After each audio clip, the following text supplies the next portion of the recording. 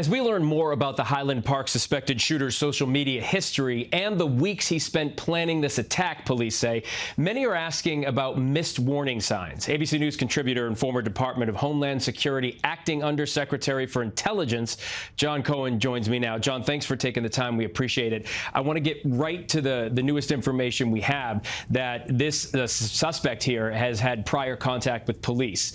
The police have now told us that once, when his family called because he was thinking, they said, about suicide, and then in 2019, when he had made some sort of statement about how he wanted to kill people, police went to his home and took away a collection of knives, even a sword. What are your thoughts on hearing this now? Yeah, quite frankly, not surprised. This is consistent with what we've seen in past incidents, where the individuals who ultimately go out and engage in mass casualty attacks, we find exhibited many warning signs. Well, so one of his postings, we were originally just talking about material, now it's contact with police, but one of his postings was of the 4th of July parade route overlaid with music about death.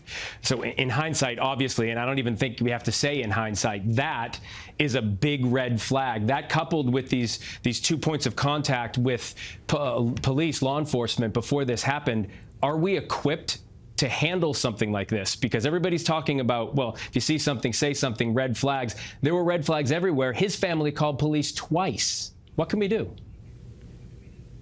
Yeah, there were red flags. What we need to be able to do in every community across the country is educate members of the community to recognize the warning signs, whether they're exhibited in person or online, to report those warning signs. But we also have to build capacity at the local level for law enforcement to work with mental health professionals to assess the risk these individuals may pose. And if they are deemed to be high risk, they have to be able to employ multidisciplinary strategies to contain that risk. Sometimes it may be arrest and prosecution, but oftentimes it can also be increased access to mental health care, going to the courts and temporarily restricting access to firearms, working with the families.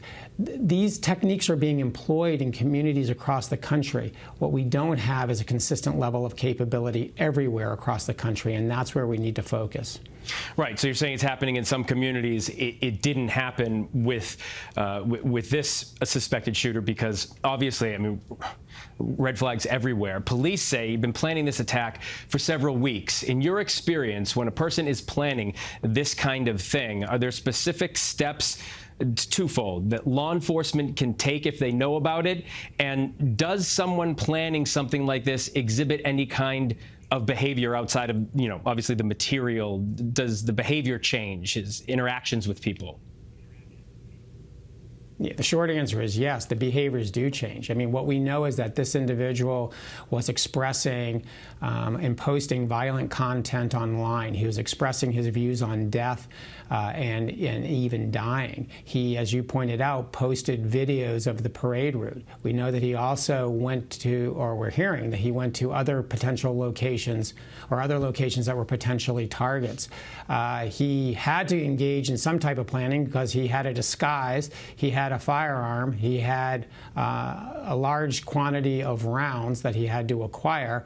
So there's probably we'll learn in the future, in a few short days, that there were people who recognized all of these warning signs. When you combine that with his past interactions with law enforcement and the mental health community, this is an individual that should have been sending out alarm bells all over the place, and it should have required some type of threat assessment and threat management strategy by local authorities.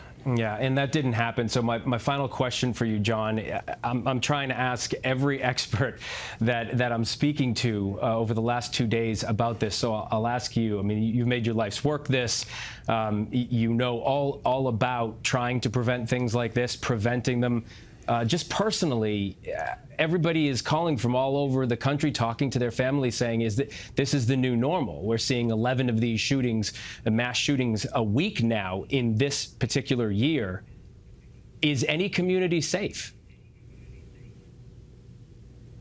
I will say to you what I say to my kids. I want them to live their lives, but I also want them to be aware of their surroundings. I want them to report suspicious activities to local police. I want them to have a plan, and I want them to be prepared. What we have learned, unfortunately, is that no community is immune, and this nation is in the midst of a epidemic of violence. And until we decide as a nation that we are going to take steps to address this epidemic, I fear that we'll be having this same conversation next week or the week after, following another mass shooting in some other community across the country. Yeah, there's no doubt about that. It's a sad reality, but a certainty as well. John Cohen, thank you so much for taking the time. We really do appreciate your expertise. It's nice to be with you. Hi, everyone. George Stephanopoulos here. Thanks for checking out the ABC News YouTube channel. If you'd like to get more videos, show highlights, and watch live event coverage, click on the right over here to subscribe to our channel. And don't forget to download the ABC News app for breaking news alerts. Thanks for watching.